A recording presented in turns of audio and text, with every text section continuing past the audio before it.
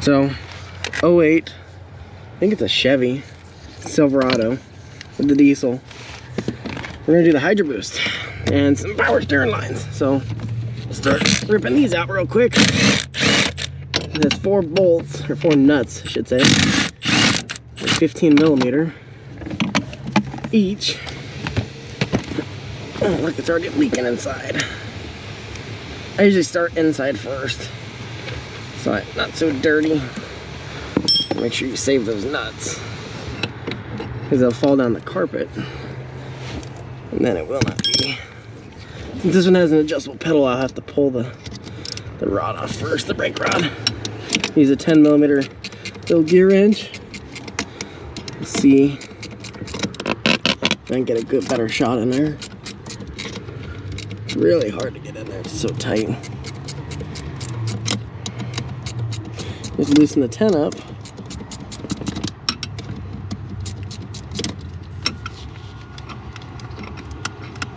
Loosen it. And usually I try to leave it in there. You gotta push down and pry it. It pops right up, just like that. And just watch out for the brake switch. It can get in the way sometimes.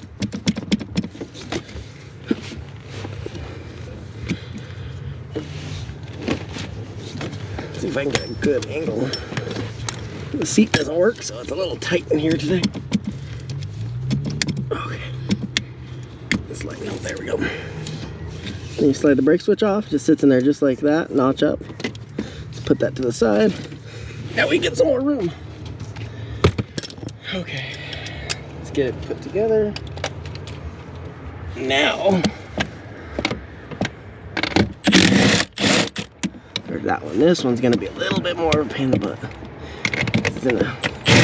It's in a tight spot. There we go. That wasn't too bad. Okay, so let's get these two. You don't want to drop these behind the carpet, so take your time and get them out now. Because when they get behind the carpet, you're in for a chase. So now we're gonna move outside. So hopefully it looks good for you guys. So I can't see it. Get that loose. It's 18mm. And the other side's a 16. Oh.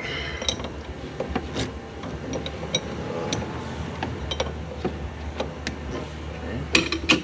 Forgot a pair of pliers.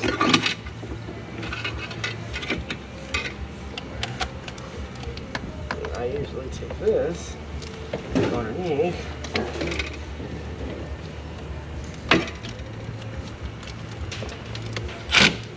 and get a good bite on it.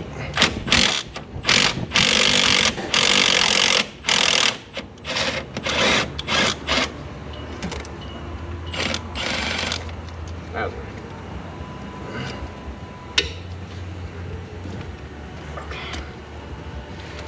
And these are 15s as well, just like the inside. And this side,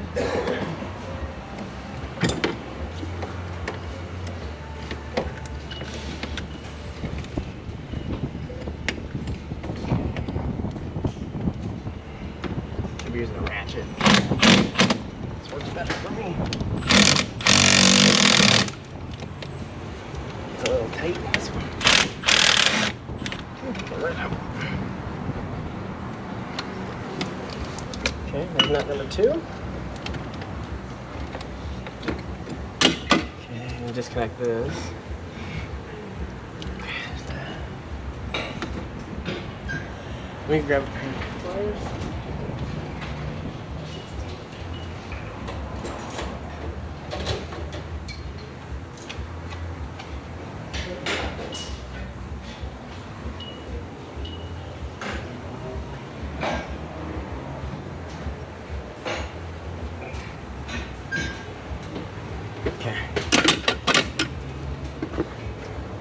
Hopefully you guys can see with my big head in the way. This one's an 18. We're changing this line, so I'm not going to hook it back up. Am I using that? I should use this.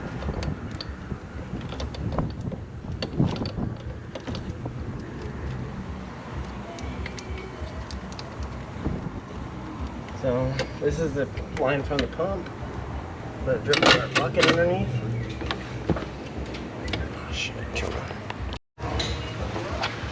Yeah, there's something in there for them, no? Yeah. The oil filter's after housing is yours. You're gonna have to take that back. Yeah, you like what you see?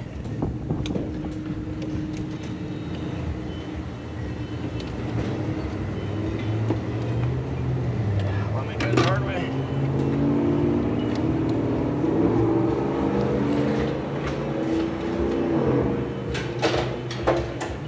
Perfecto. Perfecto. Okay, now I gotta get this wire over here.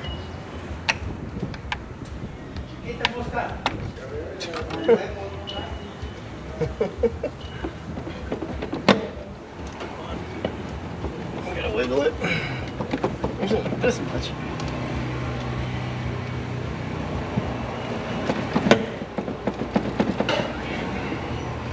So interesting.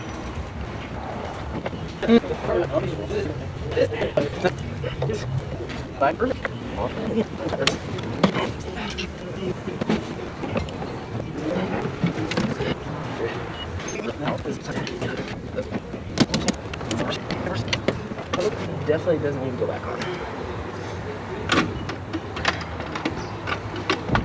It's weird. Then take the clamp off there, grab it, try not to tear it, give it a little wiggle, it comes right off. Generally. What's up, Luis? You like it?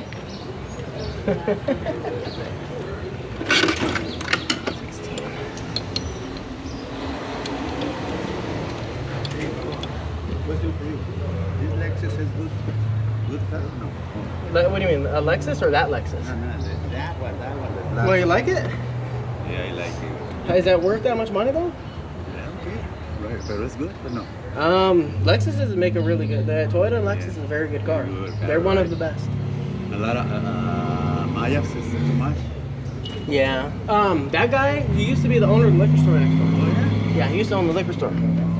So, I mean, I think I put a radiator in it. Yeah. So it has a newer radiator. I did a couple, Just it. maybe a couple years ago. It's been a long time, but you know, I would talk to him, call him and see. Just tell him, see if he'll give you a better deal on it. Cause I don't think he's really had any interest on it. Yeah, I'm not too sure if it's worth what he's asking. Yeah, look it up too. Look it on Blue Book or Nada guides, and see if it's worth $8,500. I have no idea. But it's a Toyota. Toyotas live forever. See you later, Luis. Okay, well, that was interesting. So, now that the master, you just push it back a little bit. Not to bend the lines. And then this little Hydroboost should come out. I'm gonna pull that like that. Hold it back. And then get those a little wiggle.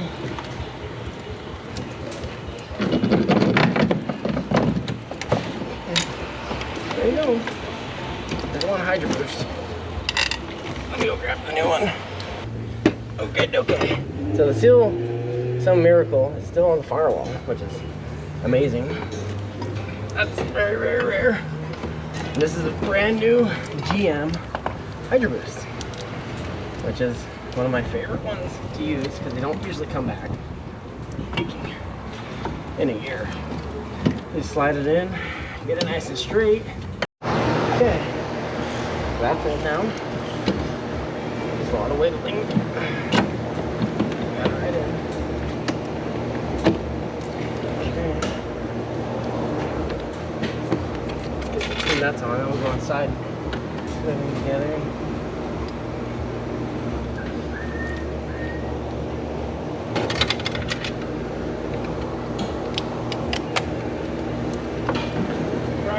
What's going on? What? You got some tools? Yeah. Cool. You're gonna be happy. Okay. Yeah, you don't want to get on that angle. Just don't want to break that pressure switch. Okay, that's one done. Nice and tight. Next, this is a little bit more of a pain. You want to get as straight as you can on these swivels. Okay, there's that. Now it's one side.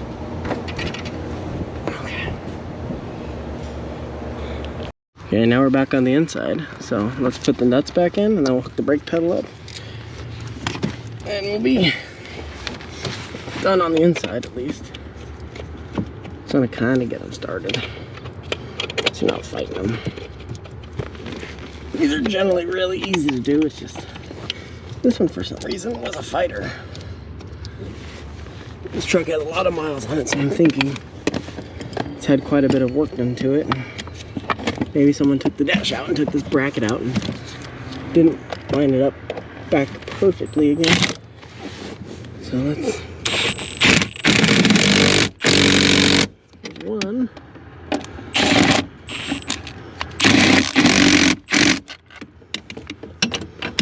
Okay. Now I might push the brake pedal down a little bit. Get the back one. Get this one a little bit, and we'll get the other side.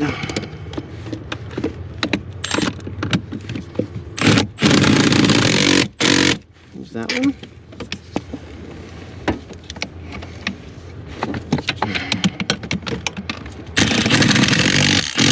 Okay, those 4 15mm nuts are tight. Just want to use something with some torque. You don't want to use a 1/4 inch or something. You want something that'll get them nice and tight. You definitely won't want those coming loose. Then you start the brake rod on. This truck has a lot of modifications. Get the brake rod set on there a little bit, and then you take the brake switch. Make sure the back, this is the back, it slides up. So you slide it up. Let's get the brake rod straight, slide it up. And then you put the whole thing on. You just push it on like that. Then you take the clip. I usually like set them in like this so that gravity is working with it. Then you put this back in and you just tighten it down. So there's plenty of that green Loctite stuff on there, so it'll be fine. If it's missing a lot of it, then I'll usually put some blue Loctite on there just to keep it in, because it just secures the clip in. If it falls out or something, it's not a big deal, but you definitely don't want that to happen. That'd be another bad day. Okay, now back to the outside. Next up, we gotta remove the fender liner, get the hoses out. And the 7's over here.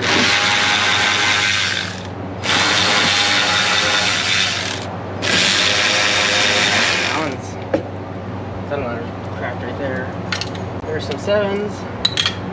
There's a 10 right here.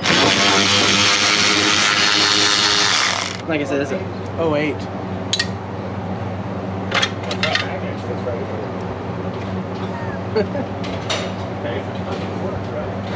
Did you get it running good, or?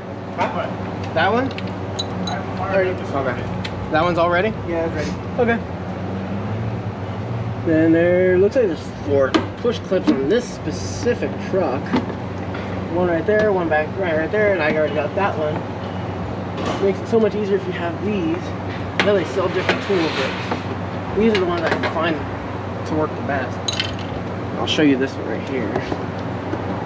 As you just get under the lip of it, pull it just like that. Just get under the lip, see there's a recession, you can get right there and pull it up. Usually come out with ease. Now, the fun part is all this wiring hooked to it, so you always gotta try to make sure to hook this stuff back up. It's kind of a pain, but that'll be done.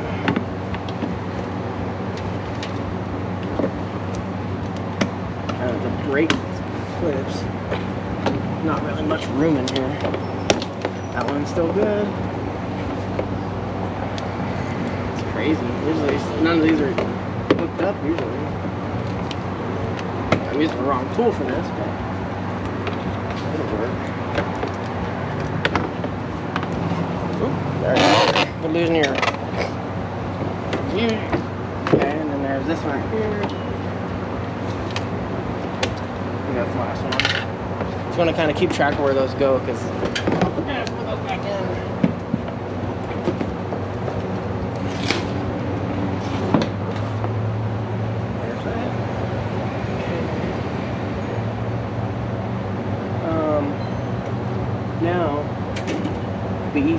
charge tube.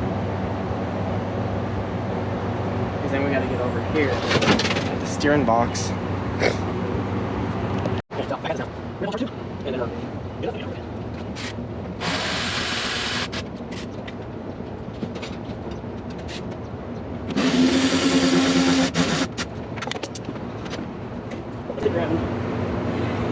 Okay, so now we're gonna have to try to get this off. These are usually tight on here, so like stuck to it. Just wiggle the clamp around. Not, and this one doesn't have a clamp on it. We have to grab a pick.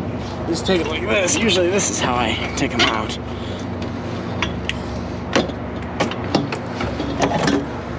Come out, kind of like that. The clamps are usually stapled to them, which makes it kind of a pain. It's stuck on the line that's loose up there. Pull those. There you go. It's the home stretch now, hopefully. Okay.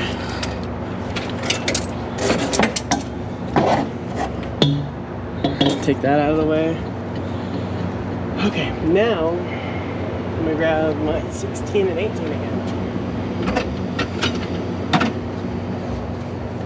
I'm gonna try to be muscle man. Let's see if I can get you guys a better shot of it.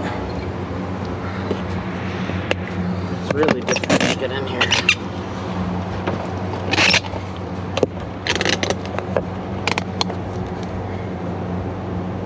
So,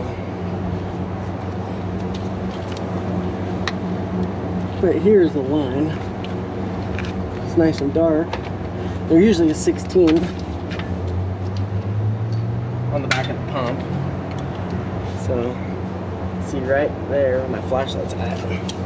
Flashlight's everywhere, but right here, that's the line for the main pressure line.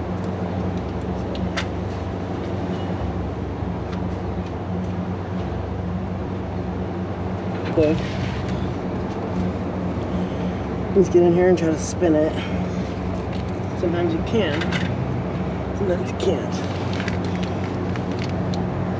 Hopefully, you can kind of see what I'm doing.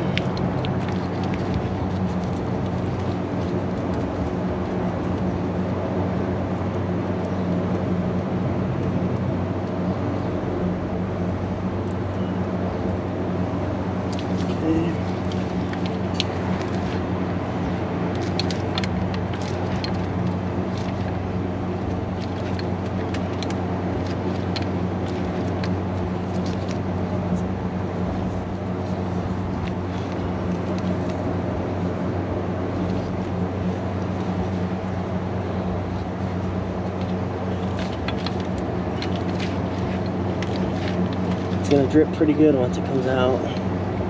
Gonna empty the pump. There's a bucket under this too. And these are kind of a pain to get out because they hit the exhaust manifold.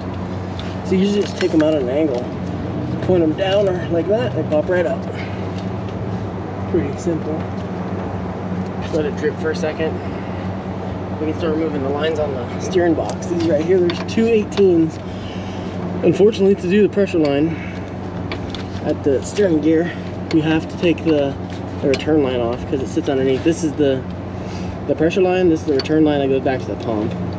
Unfortunately, you have to take this. You have to take this one off to get to this one. So, kind of a pain, but it is what it is. Get that one loosened off. Make sure we're getting it all in our buckets and not making a mess. Usually you can just break them free and they'll come right out. There we go.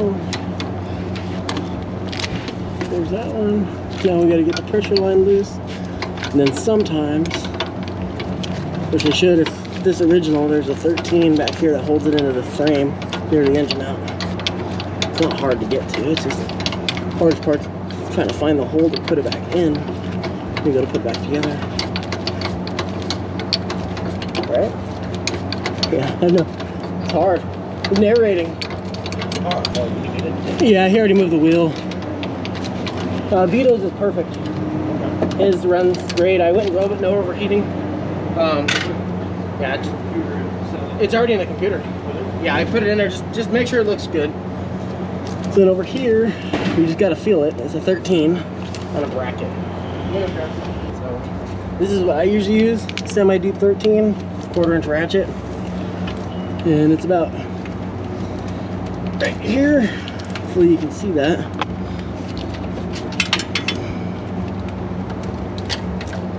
Okay.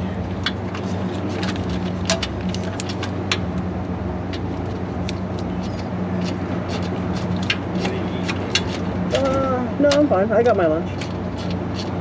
Okay. Did you order that phaser for her car? For your Honda? No, because I thought maybe Okay. it's like I started. Yeah. One thing you want to note too is you want to make sure there's an O-ring inside here. You want to make sure it comes off with the old one, so it's not stuck in whatever, the Hydrobooster, the pump, or something like that, you know. Like it's gonna go this way because we're gonna route it. We can move the other line if need be. It's a little bit finicky to get set in place. I generally see these usually go through that wiring. Some do, some don't. Should put some loom on it for them too. They usually go like that in these trucks. We'll grab some loom. Okay. And sometimes these are a pain to get started, so.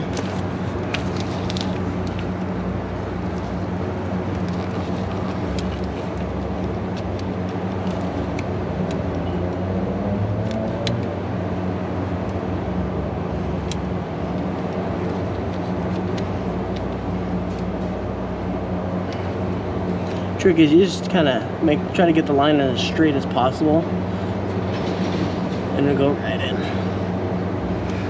just like that.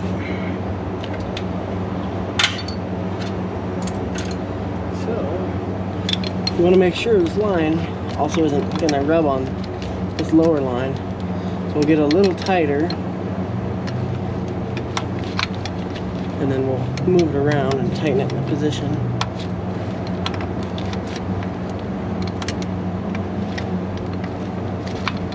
These little gear wrenches come in handy for this kind of stuff.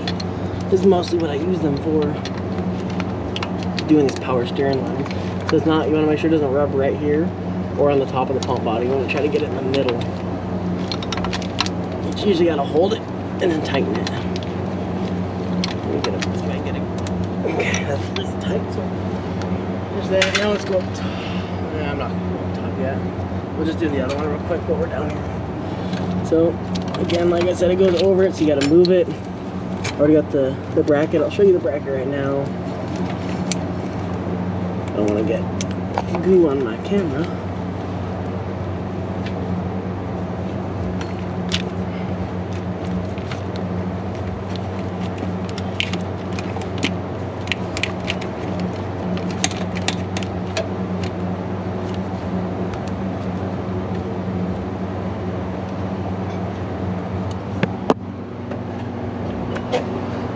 Hello.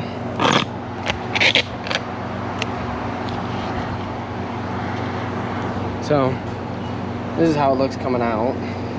This one's a little bit more of a pain in the butt because it's so big.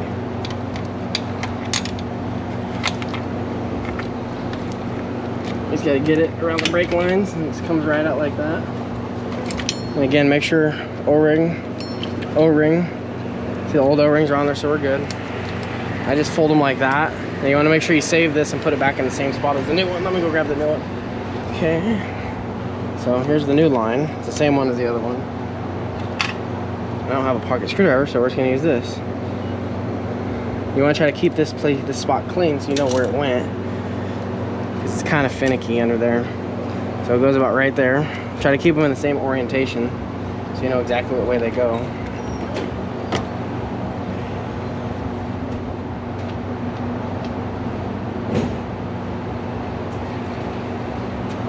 Okay. Now we get to put it in. Just go up like this. You want to try to make sure you're in the right spot. So we're going to go on the passenger side of the brake lines. And then you come on this side of the Hydroboost, or the power brake boost, or whatever you want to call it. So that bracket doesn't fall off. Okay. And then now, I'm going to get the lines threaded back in the steering box. But you make sure you put them the right way. So they go back this way. These can be a pain to thread in again, because it's the way that they are. You just take the back of the line, lift it up, try to line it up in there. You want to make sure it's straight. And it usually just starts just like that. It's not too hard. Power steering lines are kind of a pain to get started. Andrew, Yeah. do you want to do a transmission service on a 2007 Audi A4? No. No? No. That's going to be 2007? Yeah. That's going to be a CVT. Oh, is it? More, if it's an A4, it's going to be. Yeah. I'd rather not. No, I'm okay. Just have him take it to a European auto specialist.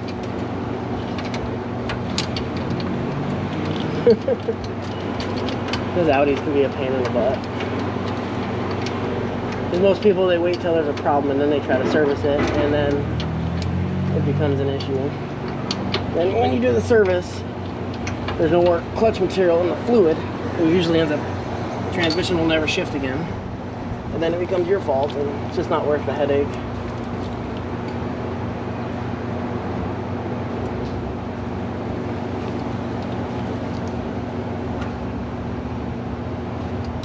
Now it's time to get the bracket back in. Most people that work on these don't put these back in, but they put it there for a reason. Like I said, it's the hard part, trying to find the spot where it goes. I just feel it with my finger.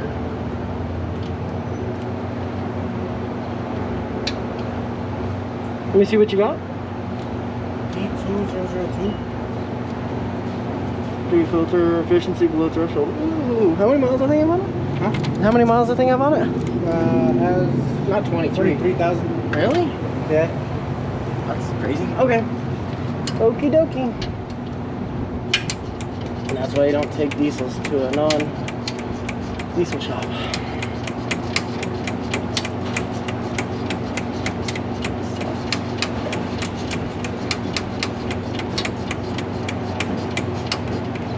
Still gotta plug this back in. This goes on the pressure sensor on the master. We'll plug that in when we get back up there. So there is a clip. I'll get my camera all dirty. If you want, you can go ahead and go to lunch. I think it's lunchtime right now, right? I haven't checked the camera. Yeah, I don't even know what time it is. So I couldn't get the information through, you know how you type in all the VIN and all that shit? Uh-huh. I had to do it through diagnosis. Okay. Because it wasn't, it kept giving me the wrong VIN. Okay. On what, the Ford? Yeah. Okay. I'll take a look at it. That's why I got that code. I had to do it. Oh, you went through, you mean OBD2 generic? Yeah. Okay, gotcha. It didn't Really? Oh, okay. It didn't show the 6.7. Gotcha. Okay, I'll take a look at it. Alright. Yeah, you good? Huh? Is it the new one? The GoPro? No, this is old. Really? Yeah. Mine doesn't have this. No, that's a case. Oh, alright. It's a microphone case. Get that. Yeah, they were, I think they work good. We'll find out. We'll find out after all these videos that I go through them tonight. I have the 9. Oh, you do? Yeah. Yeah, these are the 8s. I didn't want to spend all that money on all the. Well, I got it for a birthday present. Oh yeah, that's cool. No, you can't beat that. Yeah. So you always want to make sure you change these O-rings on here. You know, anytime you have these apart, it really probably doesn't matter. But I definitely don't want to have to do this job again. So I'd rather just change it and not have to worry about it. Make sure it's perfect for the customer, because that can, if it loses the steering, you know, like if it loses fluid, it'll give them a loss of assist in the brakes and the steering, and I definitely don't want that. Okay, get my little gear wrench out. Go ahead and tighten this. I gotta get some lume for that before I forget. Clip that line back in on the fan shroud.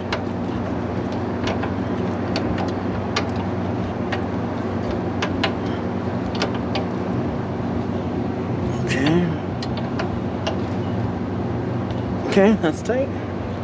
Let's clip this in. Don't forget. Clipped. And then we want some wire loom. Let me go find some wire loom for that. I don't have very much wire loom. All I have is this. So we're just gonna put it in the spot where it's gonna rub.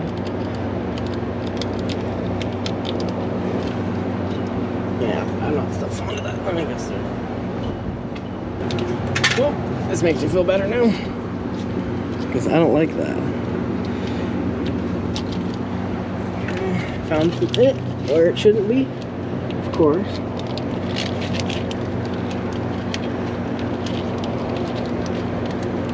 Just gonna get it as close as we can.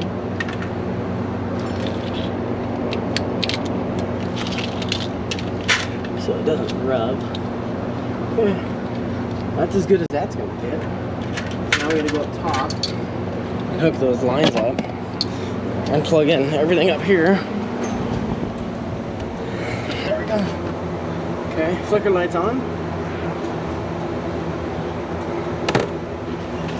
Okay, now gotta hook all this stuff back up. These ones you have to bend around a little bit to get them to fit. See, it doesn't want to fit right. Give it a little bend just to line it up.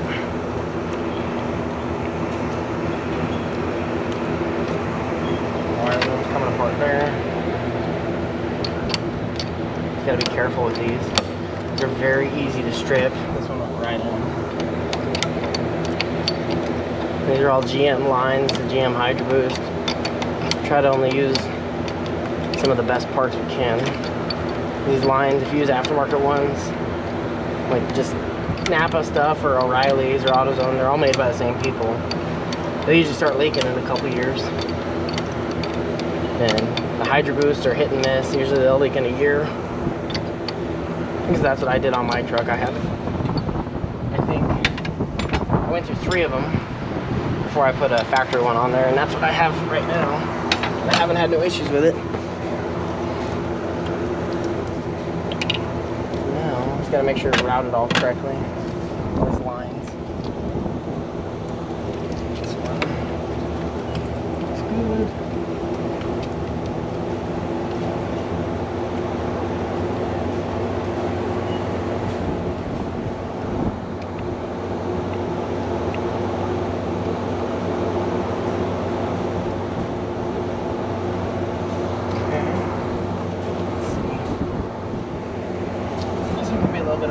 Because it is tight back here.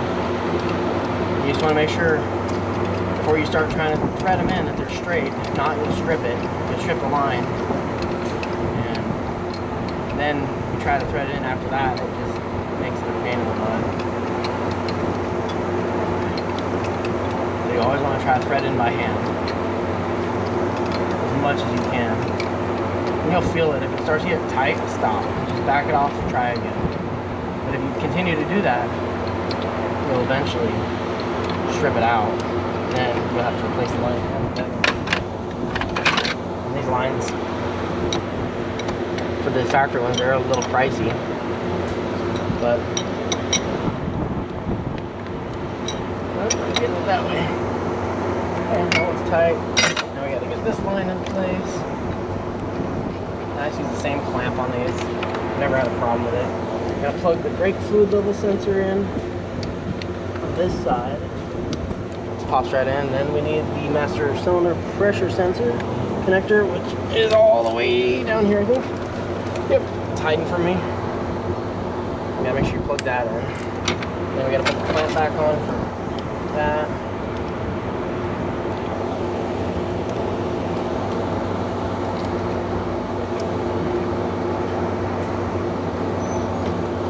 These, I find it easier to put the clamp on the end. I know the clamps don't deform, they don't pop off. There's not much pressure.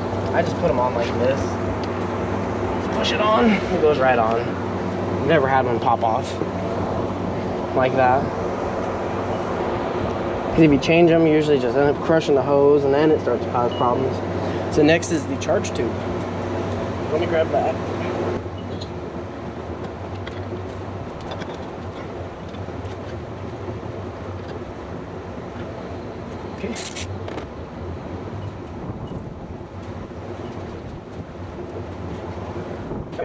Okay.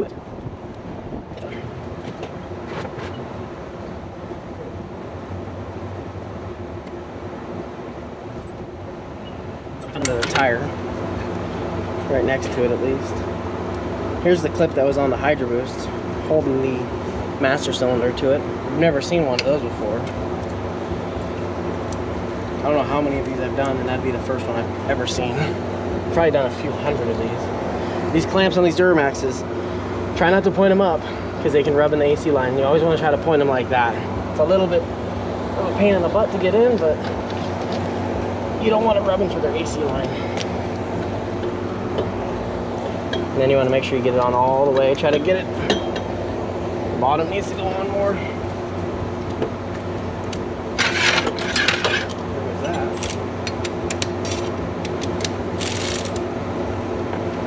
So now, this is how I'm going to do the lower one. I'll loosen it a little bit. Make it easy. I'm going to go down and pop it on real quick. Perfect. It's not the world's longest extension, but feels about like that. Went too far. Of course.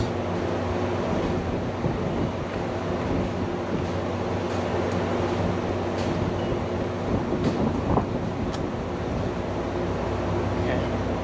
Let's try that spot.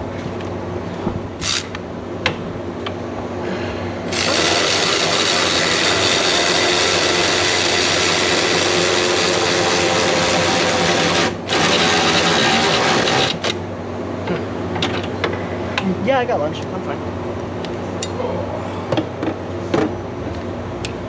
Okay, now that one. Love the creak of the mount. Like I said, this one's a little bit of a pain to get like this, but it's got to be done. If not, it'll rub. We'll make sure.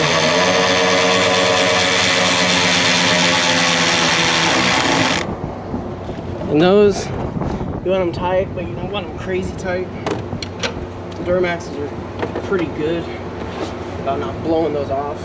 The Fords are 6.0 is one of the worst ones. So you can see up here, and for the creek, okay, all those lines both tight. That's on. The nut is tight. The nut is tight. You can see the connection for the brake fluid level sensor. I got the brake pressure switch plugged in. That's how they are. They sit on the rubber. And down here you can see the line going into the pump. I'm just gonna go down here and make sure everything looks good. Oh, there's my pliers. Those would be nice. Charge tube looks good. Those look good. I plugged that back in. And everything looks good under here. Everything's hooked back up. The only thing, this isn't hooked up. I'll zip tie this away. That's for his hood. But we'll put some fluid in there and start it up, but I'm gonna have to move the camera because I had it hooked to the fan shroud. And I like my camera mount. I don't want to break it or break its fan. This is gonna be very controversial, but I use ATF on these for power steering fluid. If you use like regular crap power steering fluid, they don't seem to work very well. They don't offer the assist. It doesn't feel like they have enough pressure to work.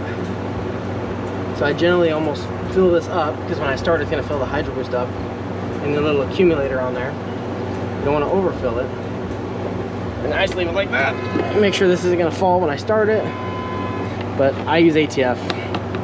It just works. I have no comebacks with this stuff. With the other clear crap, it comes back. If I use the GM stuff, it usually comes back. This is the only stuff that really works for me, so that's what I choose to use. Let's go ahead and start it and see what happens. See if we gotta get a shower.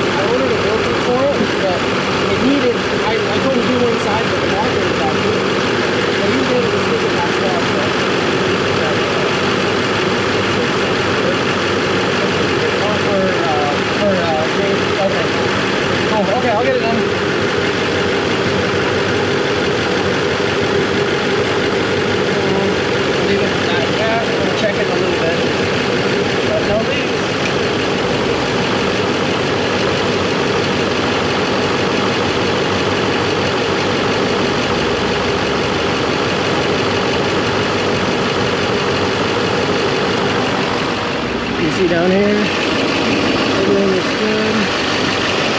Looks good.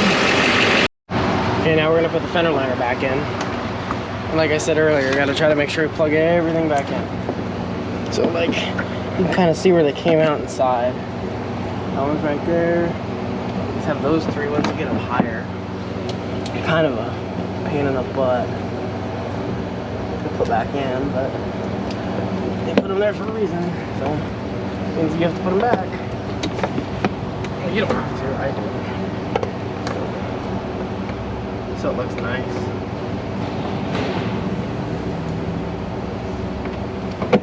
There's that. I think those were the only ones. There's one right here.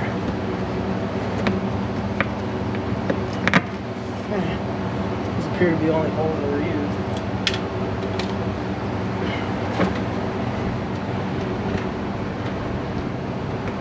You should start with the screws. They're easier to manage. Just to line it up, just set them in by hand.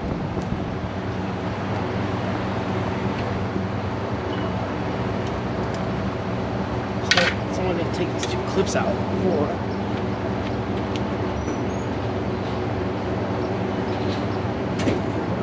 Huh? Put them back together. Okay, so these weren't put back in. They weren't taken out properly before. So now we're going to try to get them out with some push clips. Right.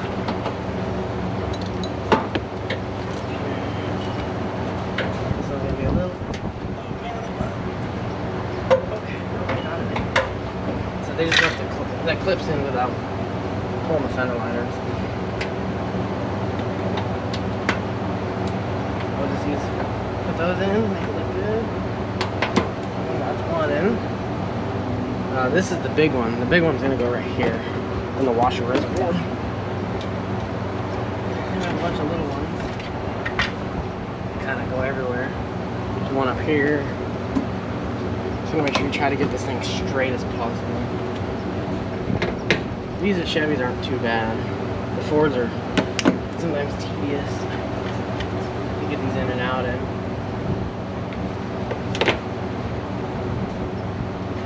I got two left. I got one down here. That one. Pop it out again. So we'll do this one first. That one's not gonna be a pain. We'll just get this one set in. So when I push it, it'll grab.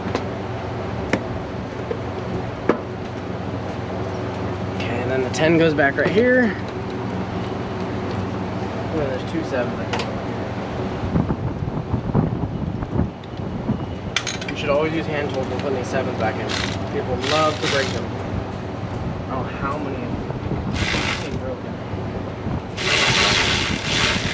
I'm trying to put them back in the same spot. So it doesn't look cracked.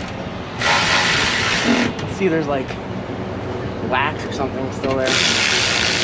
Okay, there's that. We got the 10 tighten. And then we're done. We just gotta wipe it up a little bit. Just so it looks decent.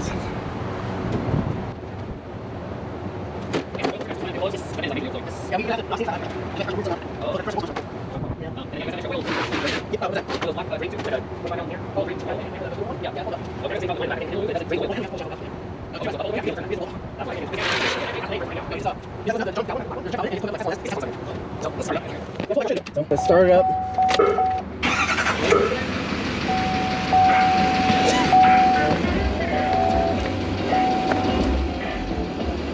That's all broken. Okay. Let's turn the steering wheel a couple times. Make sure the brake pedal works. Check the fluid and we'll drive it.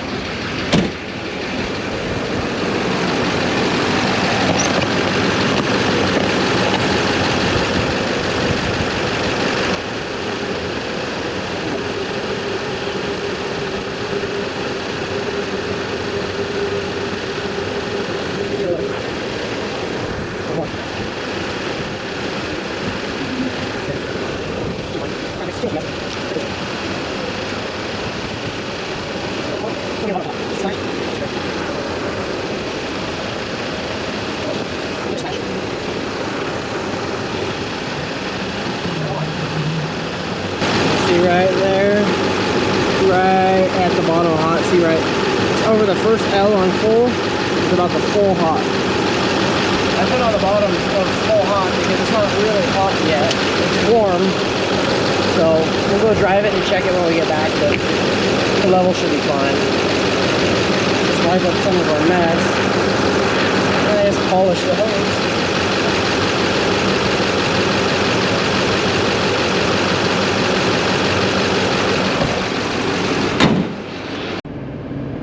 Take it for a little spin around the block and make sure it's good.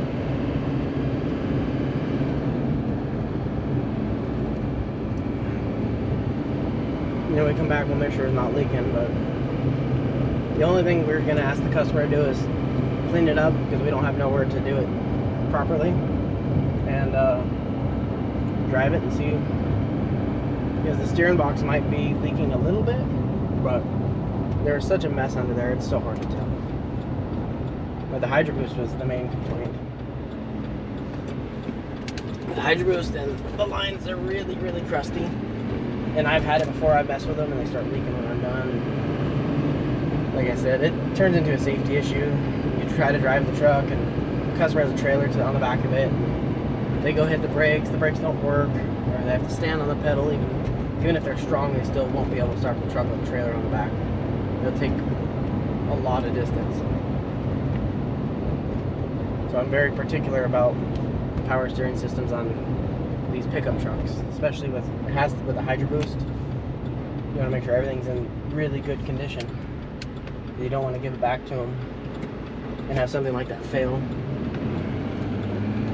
because these lines will rupture. I've seen it before. But yeah, for this truck having 367,000 miles on it, it seems to run pretty good.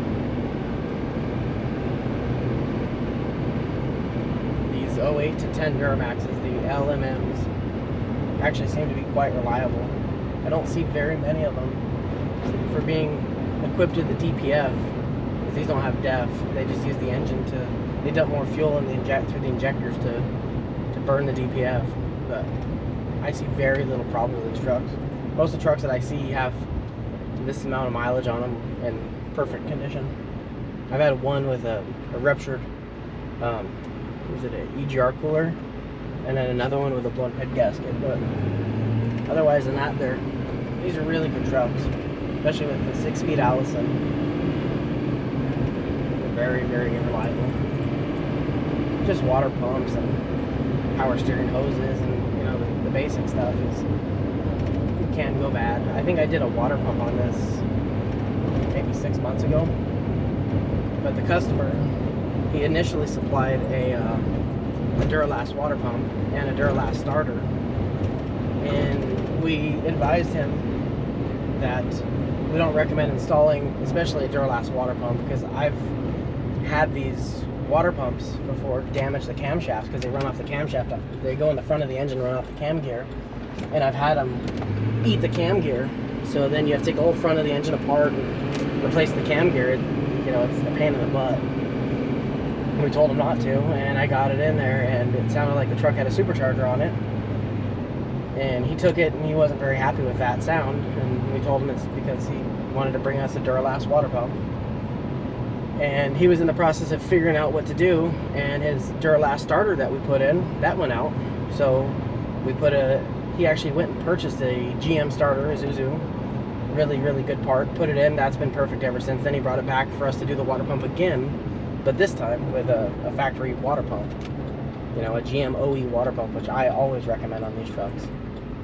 Not so much, you know, an AC Delco, they're okay, you know, but I prefer the GM OE one. They just seem a lot better quality. Because I've had a couple AC Delco ones leak, but the GM OE ones, they fit, they don't leak, they're perfect. So that's what I prefer to install. And they're quite a tedious job. I think these are anywhere from 6 to 8 hours, the Duramax water pumps. So they're not the easiest thing to do. They're quite easy, but after doing a few hundred of them, they get to be really easy to do. But always, diesels, you generally always want to use like factory components. Try not to cheap out and use a Dorman or go to Napa. You just it just ends up biting you in the butt again. Like glow plugs. You use an aftermarket glow plug on a diesel truck, you know, like an auto light or something like that. I've seen the tips melt off and destroy pistons, destroy engines. For you saving $10 on a glow plug, it's not worth it to cost, you know, $5, $10, $15,000 for an engine. It's just not worth it. Just use factory stuff and you'll be fine. Unless it's like a Ford 6-liter with an EGR cooler, you always want to try to use like a bulletproof, something a little bit more robust than the factory component, because the factory one is not very good. So that's what I always try to recommend. But let's go take a look and see. I'm gonna have to move this real quick. Okay, now let's try this again. You gotta check this fluid while it's running. It's like the transmission. So now that I have a rack, slide your fingers around that belt. The belt will get you. We're still right there in the bottom of hot, which I'm okay with. We're in the hot, that's all that matters. Because what happens is that fluid's going to heat up, it's going to expand, and then it's going to get in the hot. You don't want to overfill it, it'll just push the fluid everywhere. You want to be very careful when you're filling stuff up like that. You don't want to overfill it, but this one's done. See you on the next one.